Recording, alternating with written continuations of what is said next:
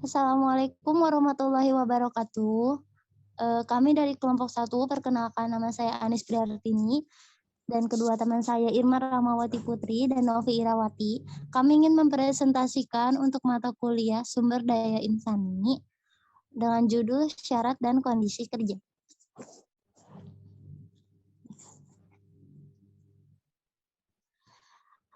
Ada 4 syarat tenaga kerja. Yang pertama, memiliki pendidikan yang sesuai dengan jabatan yang akan didudukinya.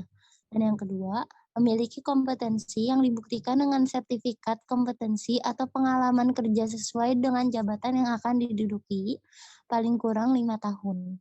Dan yang ketiga, bersedia membuat pernyataan untuk mengalihkan keahliannya kepada tenaga kerja Indonesia pendamping. Dan yang terakhir, dapat berkomunikasi dalam bahasa Indonesia yang baik dan benar. Next. Ada 3 syarat dari peraturan perusahaan. Yang pertama, dibuat oleh perusahaan itu sendiri, dikarenakan peraturan dari perusahaan itu setiap perusahaannya selalu berbeda-beda. Yang kedua, setiap 2 tahun selalu diperbaharui peraturannya. Yang ketiga, untuk berlaku memerlukan pengesahan oleh pejabat yang berwenang tinggi.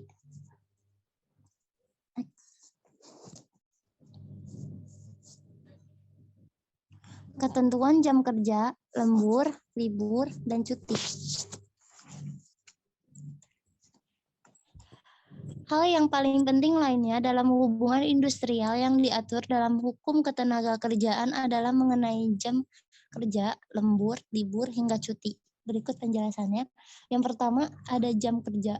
Pada pasal 7 ayat 1 Undang-Undang Ketenagakerjaan diatur mengenai waktu kerja karyawan atau pekerja, yaitu yang pertama 7 jam 1 hari dan 40 jam 1 minggu untuk 6 hari kerja dalam 1 minggu, atau yang kedua 8 jam 1 hari dan 40 jam 1 minggu untuk 5 hari kerja dalam 1 minggu. Yang kedua ada lembur. Pasal 78 Undang-Undang Ketenagakerjaan diatur mengenai waktu kerja lembur, yaitu yang pertama ada persetujuan dari pekerja atau buruh yang bersangkutan. Yang kedua, waktu kerja lembur hanya dapat dilakukan paling banyak 3 jam dalam 1 hari dan 14 jam dalam 1 minggu.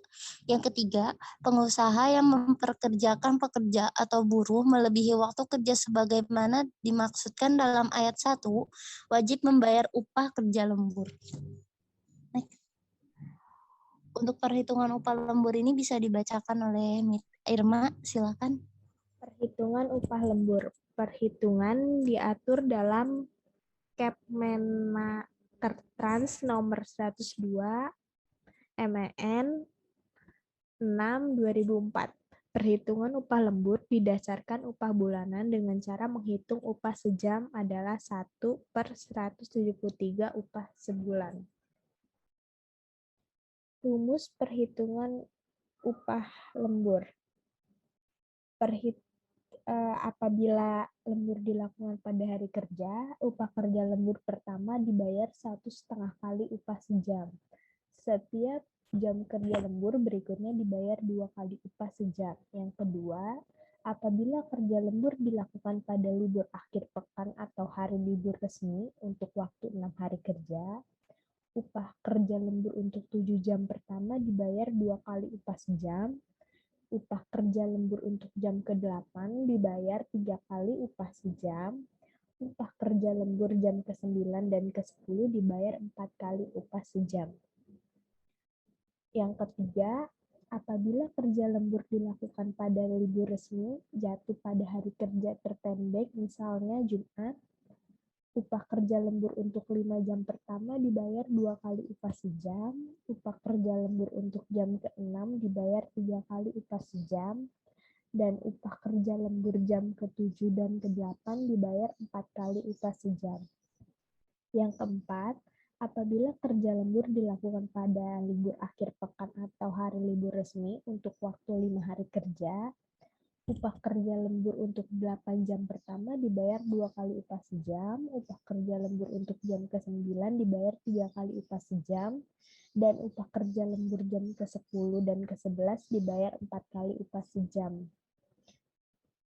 Selanjutnya ada libur. Dalam hukum ketenagakerjaan, libur tanggal merah merupakan hak yang wajib diberikan perusahaan pada pekerjanya. Dan jika mengabaikan hak karyawan, maka perusahaan dianggap melanggar regulasi yang ditetapkan pemerintah. Dalam pasal 85 Undang-Undang Ketenagakerjaan menyebutkan, pekerja atau buruh tidak wajib bekerja pada hari-hari libur resmi. Selanjutnya ada cuti. Berdasarkan Undang-Undang Ketenagakerjaan pada pasal 79 ayat 2, pekerja yang telah bekerja minimal 1 tahun berturut-turut berhak untuk mendapatkan cuti sekurang-kurangnya 12 hari. Namun, perusahaan dapat menyesuaikan ketentuan cuti pekerja berdasarkan perjanjian kerja, peraturan perusahaan atau perjanjian kerja bersama yang telah disepakati antara perusahaan dan pekerja. Selanjutnya, alidaya akan dibacakan oleh teman saya, Novi.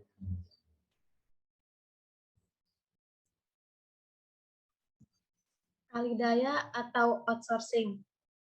Outsourcing yaitu suatu bentuk perjanjian kerja antara perusahaan penyedia jasa, di mana perusahaan penggunaan jasa diminta kepada perusahaan penyedia jasa untuk menyediakan tenaga kerja yang diperlukan untuk bekerja di perusahaan pengguna jasa dengan membayar sejumlah uang dan upah atau gaji tetap dibayarkan oleh penyedia jasa. Pekerja outsourcing tidak boleh digunakan oleh pemberi kerja untuk melaksanakan kegiatan pokok atau kegiatan yang berhubungan langsung dengan proses produksi, kecuali untuk kegiatan jasa penunjang atau kegiatan yang tidak berhubungan langsung dengan proses produksi. Next. Tujuan dari outsourcing yang pertama adalah fokus pada kompetensi lini bisnis utama. Yang kedua ada penghematan dan manajemen biaya operasi. Yang ketiga ada memanfaatkan kekuatan vendor outsourcing. Yang keempat ada perusahaan menjadi lebih ramping dan lebih gesit dalam merespons pasar. Yang kelima mengurangi resiko. Yang keenam ada meningkatkan efisiensi dan meningkatkan operasi non-inti. Next. Selanjutnya ada kewajiban pembayaran upah. Kewajiban pembayaran upah diatur dalam UU atau Hukum Ketenagakerjaan pasal 93 ayat 2, di mana upah tetap harus dibayarkan pengusaha kepada pekerja apabila yang pertama, pekerja atau buruh sakit sehingga tidak dapat melakukan pekerjaan. Yang kedua, pekerja atau buruh perempuan yang sakit pada hari pertama dan kedua masa haidnya sehingga tidak dapat melakukan pekerjaan. Yang ketiga, atau ada pekerja atau buruh tidak masuk bekerja karena pekerja atau buruh menikahkan, menghitankan, membaptiskan anaknya, istri melahirkan atau keguguran kandungan, suami atau istri atau anak atau menantu atau orang tua atau mertua atau anggota keluarga dalam satu rumah meninggal dunia. Next. Yang terakhir ada perhitungan upah pokok.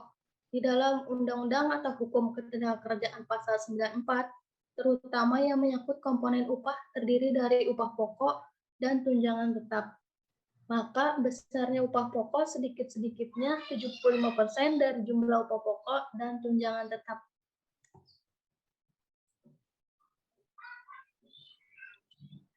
Sekian presentasi dari kelompok kami. Terima kasih. Wassalamualaikum warahmatullahi wabarakatuh.